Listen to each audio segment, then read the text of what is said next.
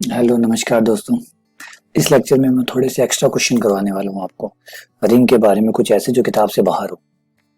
ठीक है ना, क्योंकि रिंग जो है वो बहुत इंटरेस्टिंग टॉपिक है, बहुत गजब टॉपिक है। जब तक आप इसका पूरा सार ना निकालें, जब तक आप इसका पूरा आइडिया ना समझ जाए तो मजा नहीं आता। क्योंकि मैंने पहले ही कहा था कि ये बेसिक बातों को पलटता है, आपकी जो बेसिक समझ है उसको बदल देता है।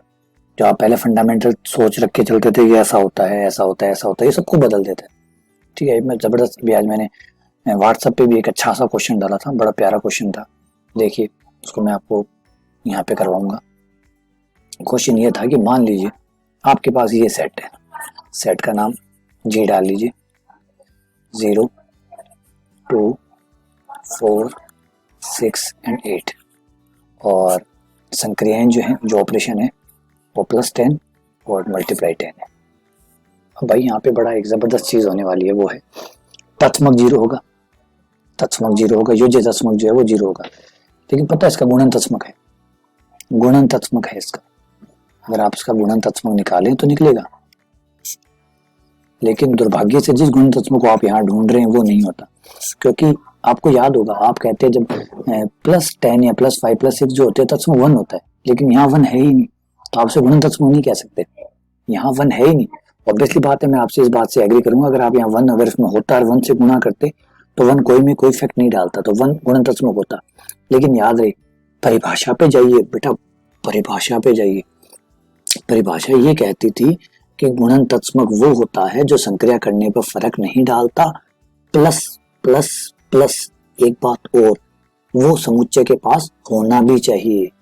तो 1 जो है वो संक्रिया से कोई फर्क नहीं डालेगा, ये डेफिनेटली बात मैं मानता हूँ कि 10 की संक्रिया अगर आप ले रहे हैं और 1 से आप गुणा कर रहे हैं तो बिल्कुल ये वापस आएगा, बिल्कुल ये वापस आएगा, नो डाउट, मुझे कोई डाउट नहीं है। लेकिन दुर्भाग्य से एक जी के पास नहीं है, नहीं है तो आप इसे गुणन तत्समक नहीं कह सकते। क्योंकि सोचिए, जैसे मिस वर्ल्ड का कंपटीशन होता है, 40 लड़कियों ने भाग लिया, 50 लड़कियों ने भाग लिया, उसमें से एक लड़की जीत गई, क्या उससे सुंदर लड़की भारत में नहीं थी? मिस इंडिया का जो कंपटीशन था, क्या उससे सुंदर लड़की भारत में नहीं थी? तो आप कहोगे नहीं सर, उससे भी सुंदर बहुत लड़कियां हो सकती है, तो वो मिस वर्ल्ड, वो मिस इंडिया क्यों नहीं जीती? तो आप कहोगे सर वो पार्टिसिपेट ही नहीं किया। जो पार्टिसिपेट करेगा वही तो जीतेगा, तो पार्टिसिपेट ही नहीं किया तो यही बात समझो बेटा, पार्टिसिपेट ही नहीं करा, समुच्चय का हिस्सा ही नहीं है। तो पहला रिक्वायरमेंट ये है कि वो समुच्चय का हो, फिर दूसरी बात है कि वो जीते। तो ऐसा अवयव जो कोई प्रभाव ना डालता हो, ये भी एक जरूरी है, और ये बात भी जरूरी है वो समुच्चय के पास तो, मतलब उसने भाग तो लिया हो, भाग ही नहीं लिया तो फिर जीतेगा कैसे? तो ये बहुत इंपॉर्टेंट बात है। तो 1 भाग ही नहीं ले रहा रेस में, तो 1 दावेदार कैसे हो सकता है? आपने कोई एग्जाम का परीक्षा ही नहीं दे रहे, फार्म ही नहीं भर रहे और आप सिलेक्ट हो गए, कैसे भाई? बिना परीक्षा दी, बिना फार्म भरे सिलेक्ट हो गए, है ना? ये चीज समझो, कुछ तो गड़बड़ है। तो ये कुछ गड़बड़ है, इसको पकड़ो। तो 2 बातें जरूरी होती है कि वो उसके पास भी होना चाहिए और वो संक्रिया के अंतर्गत किसी को प्रभावित भी ना करे, ये दोनों बातें। तो दुर्भाग्य से 1 यहाँ नहीं गया। तो चलिए 1 तो नहीं है, कोई और कैंडिडेट है ऐसा जो 1 का काम कर सकता है? 1 का काम करने का मतलब, लेकिन खुला दिमाग रखिए बेटा, खुला दिमाग रखिए, बंद मत कीजिए दिमाग को, पकड़ के मत बैठ जाइए कि 1 ही चाहिए हमें, नहीं हमें 1 नहीं चाहिए। कोई जरूरी नहीं है 1 1 2 हो 3 हो 4 हो, हमें तो ऐसा एलिमेंट चाहिए जो संक्रिया करने पर कोई भी बदलाव ना करे। तो देखो यहाँ एक उम्मीदवार है, एक और उम्मीदवार बैठा है, आप मिस कर रहे हैं मेन उम्मीदवार को। ये देखो ये 6 जो है ये उम्मीदवार है, कैसे है देखिए, ट्राई करवा दिखाता हूँ, ट्राई करके दिखाता हूँ बेटा। ये देखो 0 को 6 से गुना किया, सॉरी 0 आएगा, वापस वही आ गया। 2 को ले लीजिए, सॉरी 2 को ले लीजिए, 2 × 6 12 हो जाएगा, 12 में 10 का भाग लेगा, शेषफल कितना आ गया 2। 4 को ले लीजिए, 4 को ले लीजिए, 6 चौक 24, 24 में 10 का भाग लगा, शेषफल 4। अगला है 6 खुद, 6 6 क्यों आ रहा है बार बार, 36, 36 में 10 का भाग लगा 6। 8 को ले लीजिए, 8 6 48, 48 में 10 का भाग लगा 8। बताइए क्या इसने किसी एलिमेंट को बदला? ये जो 6 था, इस 6 ने किसी को परेशान किया? तो आप कहोगे नहीं सर बिल्कुल नहीं किया, नहीं किया तो फिर ये क्या होना चाहिए? तत्समक। तो गुणन तत्समक कौन हुआ इस सवाल का? इस सवाल का गुणन तत्समक, जिसे आप 1 कहते हैं, यहाँ 1 कौन हुआ? 6 हुआ। 1 बराबर 6 नहीं लिख रहा हूं, मैं कह रहा हूँ यहाँ 1 कौन हुआ? 1 का काम कौन कर रहा है? 6 कर। गुणन तत्समक का काम कौन कर रहा है? 6 कर। आया ना मजा? आ रहा भाई, जबरदस्त चीज है यार, बहुत जबरदस्त चीज है। ये जो एब्स्ट्रैक्ट अलजेब्रा है ना, ये गजब चीज है। सारे दिमाग को खोल कर रख देती है। जो अब तक जितना पढ़ा था ना वो एक तरफ, और बीएससी फाइनल ईयर के एब्स्ट्रैक्ट अलजेब्रा एक तरफ, सारे कंसेप्ट ठीक कर देती है एकदम। चलिए प्रतिलोम निकालते हैं। हाँ, अरे भाई अब कहोगे प्रतिलोम, हाँ बेटा प्रतिलोम भी निकालेंगे। देखिए आइए, प्रतिलोम की परिभाषा क्या थी कि हर एलिमेंट के लिए हम एक एलिमेंट और ढूंढेंगे जिसका नाम ए डैश रखेंगे और वो हमें गुणनतत्मक लौटाएगा, जो भी गुणनतत्मक होगा। तो दुर्भाग्य से हमारे सवाल का गुणनतत्मक एक नहीं है बल्कि 6 है, तो इसलिए हमें क्या चाहिए होगा, 6 चाहिए होगा, हमें 6 चाहिए होगा जो 6 बनाएगा। तो 1 बाय 1 ले लेते हैं, 2 से शुरू करते हैं। बताइए 2 को किससे गुणा करूं कि 6 आ जाए, और समुच्चय के अंदर ही देखना, बाहर नहीं जाना, समुच्चय के अंदर ही देखना, बाहर मत जाना। तो अब पहले 0 रखेंगे तो 0 रखते तो खत्म हो जाएगा, 2 रखेंगे तो 4 आ जाएगा, 4 रखेंगे तो 8 आएगा, 8 का 2 आ जाएगा, 6 रखेंगे तो 6 का 2 आ जाएगा, 8 रखेंगे 8 आ गया भाई, 8 आ गया। क्योंकि 8 गुणा 2 16 होगा, 16 का 6, तो 16 में 10 का भाग ले गया। तो 2 का प्रतिलोम कौन हुआ, इसका मतलब अगर ए 2 है तो उसका गुणन प्रतिलोम ए डैश कौन हुआ, 8 हुआ। तो ऑब्वियसली बात है जब 8 आएगा तो उसका गुणन प्रतिलोम कौन आएगा, 2। ठीक है, अब 4 की बारी ले लेते हैं। 4 से पूछते हैं भाई तेरा प्रतिलोम कौन होगा, तो 4 कहेगा भाई मेरा तो 4 ही है। क्यों, क्योंकि 4 इंटू 4 16, 16 का 6, तो 4 का प्रतिलोम 4 ही होता है, 4 का प्रतिलोम 4। फिर 6 की बारी, 6 को पूछोगे 6 तेरा प्रतिलोम कौन है, तो 6 का तो 6 ही है, क्योंकि 6 तो तत्समक अवयव है, और योज्य तत्समक गुणन तत्समक, गुणन तत्समक का प्रतिलोम वही खुद ही होता है। आगे सबके प्रतिलोम आगे, 2 का 8, 8 का, अच्छा 0 0 को तो निकालते ही नहीं, 0 का गुणन प्रतिलोम तो होता ही नहीं है। 0 तो चाहे कोई भी रिंग हो, कोई भी वलय हो, 0 का प्रतिलोम नहीं होता, आपको याद होगा। तो देखिए सबके प्रतिलोम है नहीं है, कमाल है ना, कमाल है भाई, ये जबरदस्त चीज है ये वाला एग्जाम्पल, सारे दिमाग के नसों ठीक कर देता है।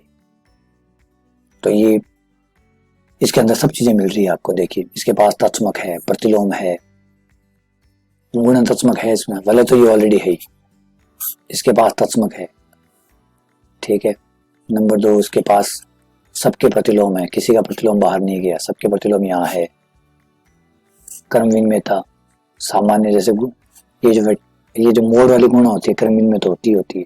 शून्य भाजक रही तो भाई किसी को गुणा कर लो, बिना 0 के 0 नहीं आ रहा, शून्य भाजक रहित भी है, देखा, वलय ये है ही, नो डाउट, वलय वाली सारी कंडीशन आप चेक कर सकते हैं। वलय है, तत्समक है, प्रतिलोम है, क्रमविन्मेता है, शून्य भाजक रहित है, इसका मतलब पूर्णांक के प्रांत भी है, क्षेत्र भी है। देखा बड़ा प्यारा एग्जाम्पल है ना, मस्त एग्जाम्पल। चलिए और आगे चलते हैं, और जबरदस्त बातें करते हैं, और चीजें देखते हैं। एक प्यारा सा और एग्जाम्पल था मेरे सामने, एक और एग्जाम्पल डालता हूँ, देखिएगा। Z4 में चलते हैं, Z4 + 4 गुणा 4, ठीक है। अब समझिए Z4 का मतलब होता है जिसमें 4 एलिमेंट होंगे, 4 एलिमेंट होंगे तो 0 से स्टार्ट होगा, 0 1 2 एंड 3, है ना। अब मैं इसमें एक क्वेश्चन पूछता हूँ आपसे कि 2x बराबर 2 है और आपको x का मान बता, वैल्यू ऑफ x बतानी कितनी होगी। पहले तो एक बात याद रखिएगा कि जब आप गुणा का चिन्ह लगाते हैं तो गुणा उस समुच्चय के आधार पे होती है। तो यहाँ जब आपने गुणा का लगाया चिन्ह तो गुणा का मतलब गुणन 5 है।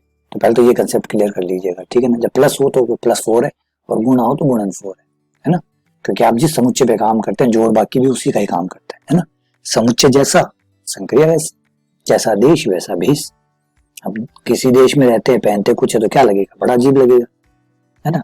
सोचो आज आप अमेरिका में हो फिर धोती चोला पहनते हो, क्या कहेंगे वहां, और यहाँ पर सूट पहन के निकलते हो तो यहाँ वाले लोग क्या कहेंगे।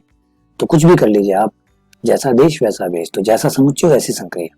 तो यहाँ याद रखिए वो समुच्चय हम संक्रिया नहीं लगाते हैं, अपने आप समझ में आ जाता है कि क्या संक्रिया, क्योंकि समुच्चय कहाँ बैठे हो, वैसे कौन से देश में हो वैसे कपड़े पहनो, तो जैसे समुच्चय के साथ हो वैसे संक्रिया लगाओ। तो संक्रिया क्या होगी, 2 गुणन 4 x बराबर 2, ये हो गया, है ना। अब यहाँ पर x के मान क्या क्या आएंगे, तो आप एक तो कहोगे x बराबर 1, तो मैं कहूँगा भाई बिल्कुल सही कहा, बिल्कुल सही जवाब, बिल्कुल सही जवाब। अगले क्वेश्चन के लिए चलते हैं। तो x बराबर 1 हो गया, लेकिन बेटा x बराबर 1 के अलावा कोई और उम्मीदवार है नहीं है, पहले चेक तो करो, चेक तो करो। 1 निकाल के छोड़ दिया, क्या पता और भी आंसर हो। तो 0 रख के देखा, ना भाई नहीं है। 1 रख के देखा, बिल्कुल है। 2 रख के देखा, 2 इंटू 2 4 आएगा, 4 में 4 कार्ड भाग जाएगा, शेष पर 0 आएगा, 2 नहीं आएगा भाई, 2 भी नहीं है। तो आपके जवाब में से 0 बाहर हो गया, गलत जवाब। 2 गलत जवाब, 1 सही जवाब, 3 सही जवाब, सही 3 भी सही जवाब। 2 इंटू 3 6, 6 में 4 का भाग गया, शेष पर 2 आया। तो इसका आंसर हुआ 1 और 3। देखा देखा, 3 तो आपको दिख ही नहीं रहा यहाँ पे, आपको लगता ही नहीं था कि 3 भी आंसर हो सकता है। क्या क्यों नहीं हो सकता? क्योंकि आपका दिमाग अभी भी पुरानी वाली गुणा से बंधा हुआ है। अभी भी कहीं चले जाते हो, पुरानी वाली गुणा याद रही जाती, और आप पुरानी वाली गुणा के हिसाब से आपको लगता है 2x बराबर 2 है तो x बराबर 1 आ गया भाई। और याद रहेगा 14 साल से यही करते हैं, 14 साल से 2x बराबर 2 को x बराबर 1 ही करते हैं, तो 3 कहाँ से आएगा? तो अब बदलना पड़ेगा, अब बदलना पड़ेगा, अब गणित को ओपन करना पड़ेगा, दिमाग को खुला रखना होगा। इसलिए मैं ये क्वेश्चन कर रहा हूँ ताकि आपके दिमाग को खोल दिया जाए। चलिए कुछ और क्वेश्चन करते हैं। देखिए और एक अच्छा सा जबरदस्त एग्जाम्पल लेता हूँ, एग्जाम्पल नंबर 3। बड़े प्यारे प्यारे एग्जाम्पल है मेरे पास, बहुत गजब गजब एग्जाम्पल है। चलिए एक लेता हूँ, z पूर्णांकों सामान्य जोड़ सामान्य गुणा, सामान्य जोड़ सामान्य गुणा, ठीक, सामान्य जोड़ एकदम नॉर्मल, जैसे 2 + 3 5, 5 + 3 8, 8 + 2 10, डैश डैश नॉर्मल गुणा। अब जब आप सामान्य पूर्णांकों वाले समुच्चय पे हो तो 3 रूल आपके पास एग्जैक्टली काम करते हैं। फर्स्ट रूल, यदि कभी a का स्क्वायर बराबर a आ गया तो ऐसा सिर्फ और सिर्फ 2 बार होगा। कब? जब या तो a बराबर 0 होगा, और अगर 0 ना हुआ तो a बराबर 1 पर ऐसा होगा। सही बात है, देख लीजिए आप अपने पूर्णांकों में, देखिए स्क्वायर का मतलब गुणा करने से, तो सोचिए कौन सा अवयव जो गुणा करने के बाद वही अवयव ले आएगा, तो आपको 0 आएगा। हमारे जो नॉर्मल गुणा होते हैं उसमें 0 ही ऐसा एलिमेंट होता है कि 0 × 0 0 आता है, 1 × 1 1। ये बात सही है। नंबर 2, यदि ए बी बराबर ए सी होता है तथा ए जो है वो 0 नहीं है, ए 0 नहीं है, तो ऑब्वियसली बात है कि बी बराबर है सी। ये बात भी आपकी होती है। तीसरी चीज, यदि जेड में से कोई 2 एलिमेंट लिए, उनके सामान्य गुणा की, वो 0 आ गई, तो फिर आपका आंसर होता है कि या तो ए 0 रहा होगा या फिर बी 0 रहा होगा। ठीक है, आगे यहाँ तक। अब मैं कहता हूं कि एक ऐसा एग्जाम्पल दीजिए जिसमें ये तीनों बातें जो आप सदियों से पढ़ते आ रहे हैं गलत साबित हो जाए। क्वेश्चन को सुनिए मेरी बात को, ये तीनों बातें सही है। कब सही है? पूर्णांकों पर, यानी आपकी जो पुरानी वाली गणित है जिसमें आप चलते थे उसमें ये तीनों बातें सही होती थी। जब भी ए स्क्वायर बराबर ए आता था इसका मतलब ए 0 या 1 होता था। जब भी ए बी बराबर ए सी आता था और ए 0 नहीं है तो बी बराबर सी आता था। जब ए बी बराबर 0 आया तो ए 0 या बी 0 होता था। ये तीनों बातें सही है, पुरानी वाली गणित में सही है। अब मैं कह रहा हूँ कि जो एडवांस गणित है, ये जो मॉडर्न गणित है, इसका कोई आप ऐसा एग्जाम्पल दीजिए जिसमें ये तीनों बातें गलत साबित हो जाए, यानी आप तक जो पढ़ते आ रहे हैं वो सब कुछ गलत साबित हो जाए, एक नए नियम बन जाए। कोई ऐसा एग्जाम्पल दीजिए। सोच लो, देखो मैंने कहा ना बेटा, जो एक जगह सही है वो दूसरी जगह सही है, इसकी कोई गारंटी नहीं है। गुजरात में जो सही है वो राजस्थान में सही हो नहीं है। राजस्थान का अपने सही गलत है, राजस्थान का अपना विधानसभा है, राजस्थान का अपना कोर्ट है, राजस्थान में अपना मुख्यमंत्री है। समझ रहे? आप गुजरात में जाएंगे वहां का अलग मुख्यमंत्री है, राजस्थान का अलग है। अब राजस्थान वाला अगर गुजरात चला जाए तो क्या मुख्यमंत्री कहलाएगा? वहां का नहीं कहलाएगा। तो समझिए, अपने सही गलत अपने पास है, अपने वाले सही गलत राजस्थान के पास है, हरियाणा के पास है। तो आ जाइए, ऐसा एग्जाम्पल मैं दिखाता हूँ जिसमें तीनों बातें गलत साबित होगी। वो अच्छा एग्जाम्पल है Z6। हाँ, Z6 आपकी सारी बातें गलत साबित कर देगा, सारी बातें कैसे गलत साबित करेगा? देखिए बेटा, मस्त चीजें हैं, गजब है बेटा, सीखो, ये मजा आ जाएगा ऐसी चीजें पढ़ के। आपको ये पता लगने लग जाएगा कि मुझे मैथ्स पसंद क्यों है। मैथ्स इसलिए पसंद है कि मैं सब चीजें उखाड़ फेंकता हूँ, सब चीजें। जो कोई कह दे ना मुझे कि 0 + 0 0 होता है, तो मैं उससे भी गलत साबित कर दूं। कैसे होता है 0? मैं 0 + 0 को छोड़ ला के दिखा सकता हूँ। मैं ना सही टिकने दूंगा ना गलत टिकने दूंगा, क्योंकि गणित ऐसी है, खुले दिमाग की, एकदम ओपन है, पूरी जनरलाइज है, इतनी व्यापक है कि आप चाहे जो कर सकते, इतनी छोड़ देती है, इतनी ताकत देती है, आपको मन मर्जी करने की ताकत देती है। आइए देखिए Z6। पहला एग्जाम्पल क्या था कि इसने कहा था कि जब भी ए स्क्वायर ए आएगा तो ए बराबर 0 या 1 ही होगा। अगर कभी भी ए स्क्वायर बराबर ए हुआ तो इसका मतलब या तो ए 0 या ए बराबर 1। ये बात सदियों से कहते आए हैं। देखिए मैं यहाँ पे चैलेंज करूंगा, मैं यहाँ पे उखाड़ फेंकूंगा। कैसे फेंकूंगा देखिए, ये 3 रहा, 3 का स्क्वायर 3 के बराबर है मेरे वाले वाले में। क्यों बराबर है? 3 इंटू 3 कितना हुआ? 9। गुणन 6 है तो 3 इंटू 3 कितना हुआ? 9। 9 में 6 का भाग लगा, शेषफल क्या आया? 3 आया, है ना। तो ए कितना आया?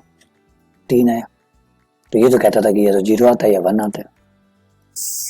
ये कहता था कि जब भी ए स्क्वायर बराबर ए आएगा तो ए या तो 0 होगा या 1 होगा, लेकिन मेरे पास तो ए कितना हुआ? 3 हुआ। मेरी इस वाले में, इस वाले जो मेरी Z6 वाले है, इसमें 0 का स्क्वायर भी 0 आता है, बिल्कुल सही। 1 का स्क्वायर भी 1 आता है और 3 का स्क्वायर भी 3 आता है मेरी इस वाले में। देखिए तो मेरी इस वाले में सिर्फ 0 और 1 की प्रॉपर्टी नहीं है, सिर्फ 0 ही 1, 2 नवाब को नहीं, 2 राजा को नहीं, कि 0 पर ही आबाद सही है, 1 पर सही। माला में 3 और है, 3 और इशू आदमी है माला में, जिसको 3 को स्क्वायर पर भी 3 दे रहे, तो होगी ना बात गलत साबित। सदियां से बात चलती है कि 2 ही राजा है, एक 0 और 1, जिका को स्क्वायर पाछो वो ही आवे। लेकिन मैं देखो एक नयो राज्य स्थापित कर दिया जिका मैंने 3 भी राजा के जी अंश हुए, 3 का स्क्वायर 3 आता, हो गई गलत साबित। चलिए अगली बात को साबित करता हूँ। ए बी बराबर ए सी और ए 0 ना हो तो बी बराबर सी। बिल्कुल भाई, देख मैं क्यों मीटर जचा दूंगा था। चलिए दूसरा, ये पहली बात को मैंने गलत साबित कर दिया, मैं दूसरी बात को साबित कर रहा हूँ। 4 और ये गुणन 6 है। पहले तो चेक कर लीजिए ये लाइन मैंने सही लिखी है नहीं लिखी। 2 को 1 से गुणा करूंगा 2 आएगा, नहीं आएगा। 2 को 4 से गुणा करूंगा 8 आएगा, 8 में 6 का भाग लेकर शेषफल कितना आएगा? 2 आएगा, 2 आएगा। और ये जो अगला नियम था वो नियम क्या था कि अगर ए बी बराबर ए सी आता है, ए बी बराबर ए सी आता है, ए 0 नहीं है तो फिर बी बराबर सी होता है, हमेशा से बी बराबर सी होता है। लेकिन देखिए क्या ए 0 है? तो आपका जवाब आएगा कि नहीं सर ए 0 नहीं है, नहीं है ना। तो क्या बी बराबर सी हुआ? क्या 1 और 4 बराबर है? क्या 1 और 4 बराबर है? तो आपको नहीं बराबर है। तो देखो, तो इसका मतलब है ए बी बराबर ए सी आता है तो बी बराबर सी हो, ऐसा होना जरूरी नहीं है। मेरी इस वाले में ऐसा नहीं होता। मेरी इस वाले में ए ने बी से गुणा किया, ए ने सी से गुणा किया, गुणा बराबर आगे। इसका मतलब ये नहीं बी और सी भी बराबर है, बिना बराबर हुए भी गुणा बराबर ला सकते। ये तीसरे को मैंने बर्बाद कर दिया। अब थर्ड रूल पे आ जाते हैं। थर्ड रूल था कि भाई अगर ए बी 0 आता है, अगर ए और बी 0 आता है तो फिर या तो भाई ए 0 रहा होगा या फिर बी 0 रहा होगा, ए या बी में से कोई 0 रहा होगा। तो देखो अभी लो इसकी भी हालत करते हैं। देखो ए 2 ले लिया, बी 3 ले लिया, 2 तो 0 नहीं है, 3 भी 0 नहीं है। क्यों नहीं है 2 और 3 0? क्योंकि आ जाओ समुच्चय में आओ, समुच्चय में 2 अलग है, 3 अलग है, 0 अलग है, और समुच्चय में नाम लिखा हुआ है, इसका मतलब सब अलग अलग है ना। ओके, अलग अलग है, लेकिन गुणा करने पर 0 देंगे नहीं देंगे? बिना 0 के 0 आ रहा नहीं आ रहा? आ रहा है। तो ये जो वलय है, ये वलय जो मेरी Z6 + 6 गुणन 6 वाली वलय है, ये वलय वो पुराने वाले जो नियम है उन सबको गलत साबित करती है। इस वलय में आकर वो पुराने नियम नहीं लगते। तो वहां लगते होंगे, मैं मना नहीं कर रहा, वहां लगते होंगे, लेकिन मेरी इस वलय में ये नियम नहीं लगते, ठहरते ही नहीं है ये नियम। क्या ये गलत है? क्या ये अब गलत है? तो आप कहोगे नहीं गलत है। बेटा समझो इसी बात को, तो कहानी को समझो साथ में। फुटबॉल जब आप खेलने जाते हो तो बड़ी बॉल होती है, क्रिकेट खेलने जाते हो तो छोटी बॉल होती है। बताओ कौन सी बॉल सही है और कौन सी बॉल गलत है? तो आप कहोगे सर दोनों ही सही है, क्रिकेट में छोटी बॉल सही है, फुटबॉल में बड़ी बॉल सही है। तो यही बात समझो, अपनी अपनी बातें सही है, सब सही है, लेकिन वो कहाँ सही है, वो जगह होती है। ये जेड प्लस गुणा, ये जो आपके पूर्णांकों वाला जो जोड़ बाकी होता है, जो गुणा भाग होता है, उसमें ये बातें सत्य है। लेकिन आपको एक एग्जाम्पल ऐसा मिल जाएगा, एक और वाला ऐसी मिल जाएगी जिस पर ये बात सही नहीं होगी, निकल गई ना। देखो गलत हो रही, आया ना मजा? है ना, चैलेंजिंग है भाई, बहुत चैलेंजिंग है, बड़ा मजा है इसमें। ये हमने एक और एग्जाम्पल करते हैं, एग्जाम्पल 4। ये देखो, मैं जब छोटो या थे भी जब छोटा, तो एक बात सुनिए कि 7 में 3 का भाग नहीं जाता, 7 में 3 का भाग नहीं जाता है। यानी आप 7 को 3 से नहीं काट सकते। ये नहीं जाता का क्या मतलब है? नहीं जाते का मतलब है कि 3 को आप किसी भी पूर्णांक से गुणा करो, कभी आप 7 नहीं ला सकते। यहाँ पूर्णांक है, पूर्णांक का मतलब पूरा पूर्णांक, और पूर्णांक का मतलब ये पूर्णांक है 0 1।